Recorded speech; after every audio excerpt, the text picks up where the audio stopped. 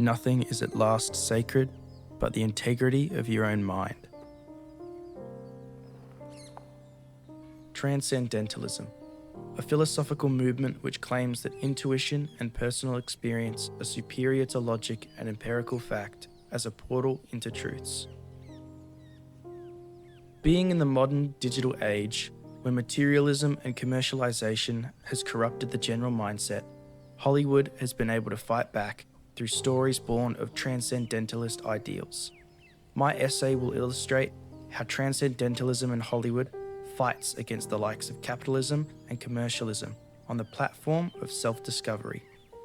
Films such as Ben Stiller's The Secret Life of Walter Mitty, Jean-Marc Vallée's Wild, and Sean Penn's Into the Wild, each of them rejecting the beliefs of consumerism in an attempt to return to authenticity, solitude, and spiritual healing.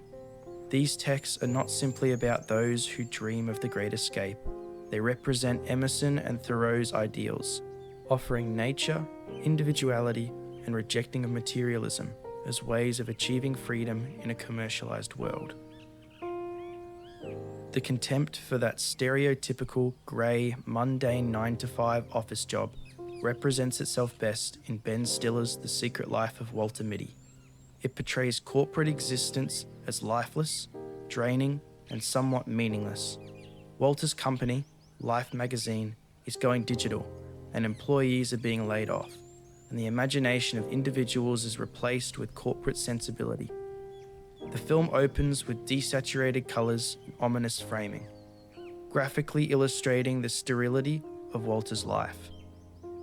His fantasy daydreams of liberation, romance, and heroism provides the only moments of colour and movement. When Walter embarks on a journey to search for a missing photo negative, his escape from the office is also a metaphorical escape from capitalist chains. One of the most important scenes in this film is the skateboarding scene in Iceland. Shot with smooth tracking camera work and swelling score, textbook cinematic transcendence moment. It's his first impulsive action, spurred not by obligation or felt need, but by desire. This represents what Pugiato and Suyaningse claim, that Walter finds meaning through real, personal experiences, not constructed fantasies. And in this moment, we finally see Walter for what he is, someone breaking free. Jean-Marc Vallée's Wild strips away society's noise. Based on Cheryl Strayed's real-life autobiography, the film follows Cheryl walking the Pacific Crest Trail by herself to confront the sorrow and self-destruction after her mother dies. Where the world offers therapy apps and Instagram mantras, Wild chooses blisters, solitude, and stillness. Cheryl's experience is not neat. It's brutal, emotionally and physically. Near the end of the film, she collapses to the ground in tears, crying out into the wilderness, finally confronting the grief of losing her mother, showing her use of nature to heal. Most of the mise-en-scene within this film is done to emphasize isolation, with establishing shots of nature overwhelming her person, contributing to the transcendentalist thinking that nature is at once confrontational and therapeutic. Harsha V suggesting that Cheryl's experience was a psychological reckoning. For her, healing in this instance is not convenient or commercial, it's earned. It had nothing to do with gear or footwear or the backpacking fads or philosophies of any particular era, or even with getting from point A to point B. It had to do with how it felt to be in the wild.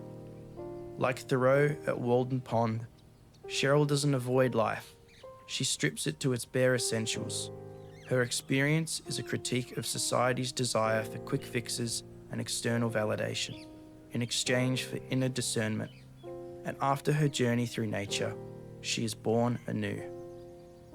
Now, Sean Penn's Into the Wild is arguably the purest cinematic expression of transcendentalist rebellion.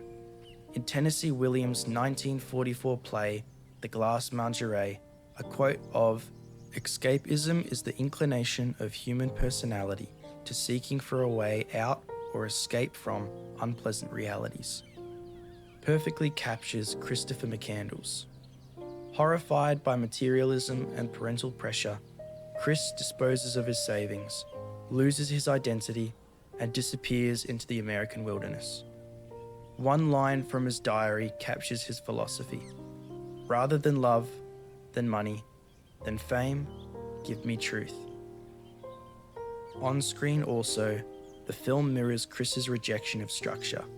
The non-linear timeline and poetic voiceovers give the film a raw, real, reflective tone. At a cinematic moment, Chris is on the bus he will later die in, his arms out to the sky. A gesture of genuine, complete, and utter freedom that echoes iconic transcendental solitude. While the movie condemns the modern pursuit of success, it is not entirely idealizing McCandless' choices. His own death is meant to remind us that rejecting society requires more than the romanticism of escape. Penn's manipulation of narrative timelines resonates with Chris's psychological conflict. He ran away for freedom, but also from unresolved trauma.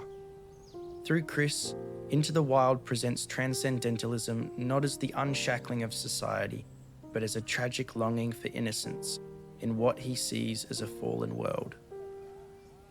So in the end, I believe that Hollywood's use of transcendentalism has successfully been able to fight back against the outcomes of commercialism and materialism, showing either the successful use of transcendentalism in improving the lives of both protagonists in Wild and The Secret Life of Walter Mitty.